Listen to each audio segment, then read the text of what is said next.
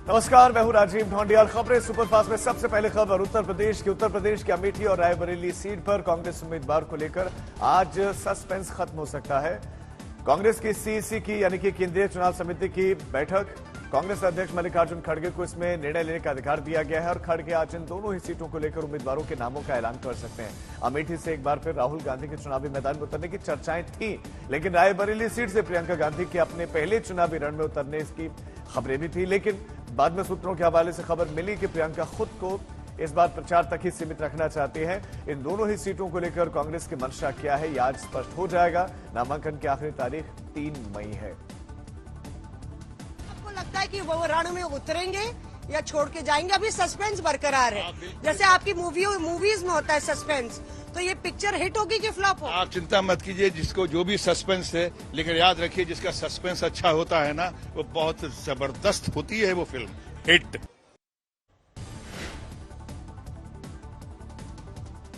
आज गुजरात में प्रधानमंत्री मोदी का महाप्रचार है। पीएम मोदी आज गुजरात में कुल 4 रैलियां करेंगे। पीएम मोदी की पहली रैली गुजरात के आणंद में सुबह 11 बजे होगी।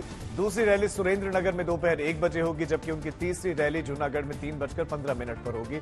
पीएम मोदी शाम को 5:15 पर जामनगर में अपना आखिरी जनसभा को भी वहां संबोधित करेंगे।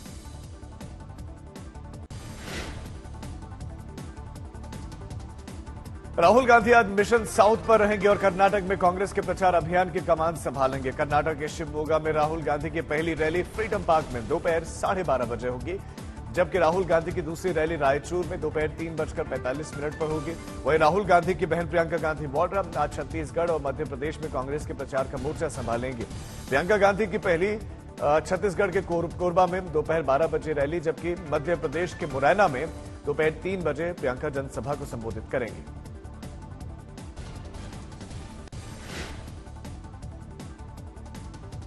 बीजेपी ने यूपी में प्रचार में अपनी पूरी ताकत झोंक रखी है। केंद्रीय गृह मंत्री अमित शाह आज यूपी में 3 रैलियां करेंगे। अमित शाह की पहली रैली दोपहर 12:30 बजे बरेली के रामलीला मैदान में होगी। दूसरी रैली बदायूं में 2:15 पर होगी, जबकि शाह की तीसरी जनसभा सीतापुर लोकसभा क्षेत्र के लहरपुर इलाके में शाम 4 बजे होगी।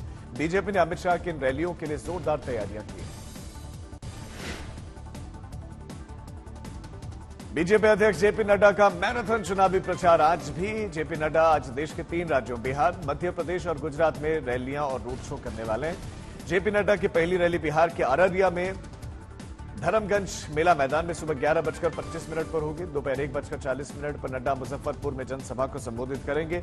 इसके बाद मध्य प्रदेश की विदिशा में शाम 5 बजे रैली करेंगे। नड्डा विदिशा से गुजरात के मेहसाणा रवाना हो जाएंगे और यहां रात में 8:45 पर वो जनसभा को संबोधित करेंगे।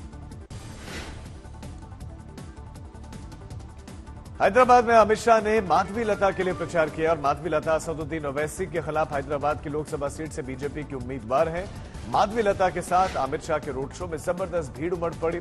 पूरे रोड शो के दौरान जमकर ढोल नगाड़े बजे और फूलों की बारिश होती रही। हैदराबाद में 13 मई को मतदान होना है। भाइयों और बहनों, मैं तय कर जाता हूं, किसी को डर रखने की जरूरत नहीं है, किसी की हिम्मत नहीं है हैदराबाद के एक भी व्यक्ति को हाथ लगाने। इस बार मुक्त मन से मतदान करिए, चाहे हिंदू हो या मुसलमान।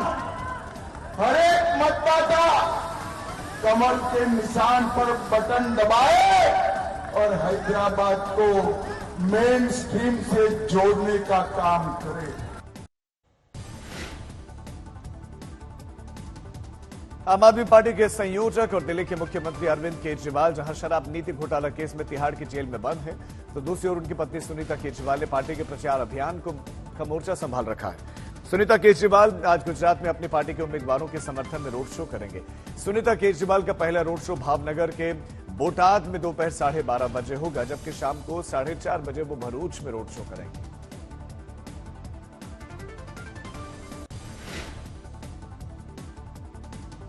सूरत और इंदौर में कांग्रेस उम्मीदवारों के नामांकन वापसी का खौफ पूरे विपक्षी दलों में भरपूर दिखने लगा है। यूपी के बांदा में समाजवादी पार्टी ने पति पत्नी ने दोनों को एक ही सीट पर लोकसभा सीट से अपना कैंडिडेट बना दिया। बांदा चित्रकूट लोकसभा सीट से बतौर समाजवादी पार्टी उम्मीदवार पहले कृष्णा पटेल ने नामांकन किया। बाद में उनके पति शिवशंकर पटेल ने भी समाजवादी पार्टी से पर्चा भर दिया। बताया जा रहा है कि दोनों ही नामांकन पत्रों में से एक निरस्त हो जाएगा। जो बचेगा वही समाजवादी पार्टी का प्रत्याशी होगा। बांदा में 5वें चरण में 20 मई को वोटिंग होनी है।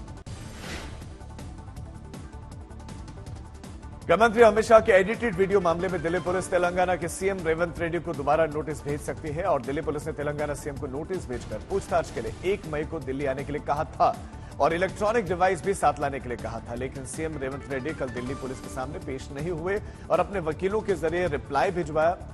दिल्ली पुलिस के सूत्रों के मुताबिक अमित शाह के एडिटेड वीडियो मामले में एफआईआर दर्ज करने के बाद दिल्ली पुलिस अब तक लगभग 20 लोगों को नोटिस भेज चुकी है, जिन्हें 1 मई से 4 मई के बीच में पूछताछ के लिए तलब किया गया है।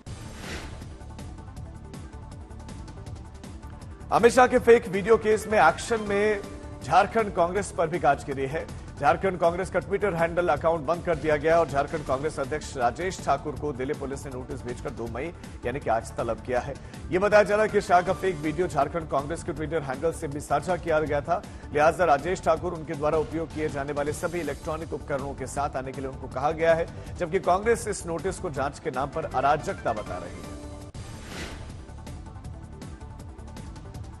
महाराष्ट्र के सांगली में रैली के दौरान यूपी के सीएम योगी आदित्यनाथ ने कांग्रेस पर करारा वार किया। कहा कि 403 सीटों वाली उत्तर प्रदेश विधानसभा में कांग्रेस के हिस्से में सिर्फ 2 सीटें हैं, जबकि राम नाम सत्य कहने के लिए भी 4 कंधे जरूरी होते हैं। अगली बार यूपी में कांग्रेस पूरी तरह से साफ हो जाएगी। राहुल प्रियंका का नाम लिए बिना उन्होंने तंज कसा। कांग्रेस के लोग उत्तर प्रदेश में चुनाव लड़ने की हिम्मत ही नहीं जुटा पा रहे हैं और भागे भागे फिर रहे हैं। जितना झूठ बोल सकती इस चुनाव में बोल रही है, क्योंकि उसे मालूम है इस चुनाव के बाद कांग्रेस इतिहास की वस्तु बनने वाली है। उसको मालूम है इसके बाद कांग्रेस को देश की जनता जनार्दन पूरी तरह ठुकरा देगी। और उत्तर प्रदेश में तो हमारी विधानसभा में 403 विधायकों का चुनाव होता है जनता के द्वारा। कांग्रेस को उत्तर प्रदेश की जनता ने कितनी सीट दी मालूम है? 2। यानी राम नाम सत्य है के लिए भी 4 लोग चाहिए होते हैं ना। वहां 2 ही सीट है, यानी अगली बार छुट्टी। अभी आप देख रहे होंगे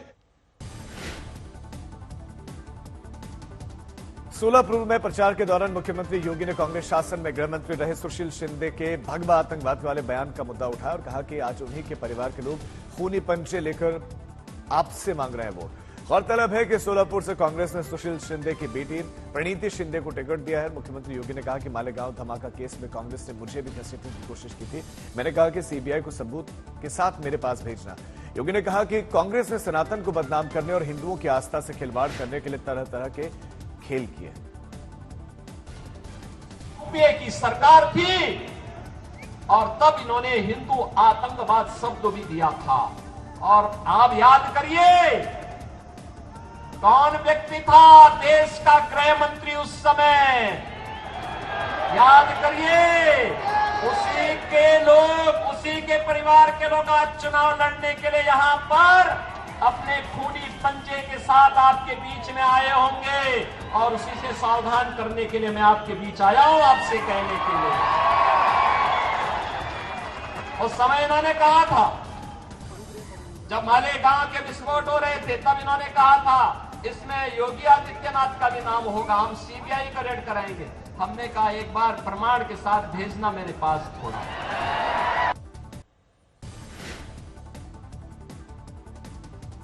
छत्तीसगढ़ के जांजगीर चांपा में प्रचार के दौरान मल्लिकार्जुन खड़गे के एक बयान से सियासत गर्मा गई है। कांग्रेस उम्मीदवार शिव कुमार रहरिया के प्रचार के दौरान खड़गे ने सियासी जंग को राम वर्सेस शिव में तब्दील किया और कहा कि ये शिव हैं और राम का मुकाबला कर सकते हैं। मेरा नाम भी मल्लिकार्जुन है, मैं भी शिव हूं। और हमारे यहाँ के जो कैंडिडेट हैं, शिव कुमार रहरिया, देखो इनका भी नाम शिव कुमार, अबे बराबर है, राम का मुकाबला कर सकता है क्योंकि ये शिवा है। मेरा भी मल्लिकार्जुन बोले तो मैं भी शिवा हूं।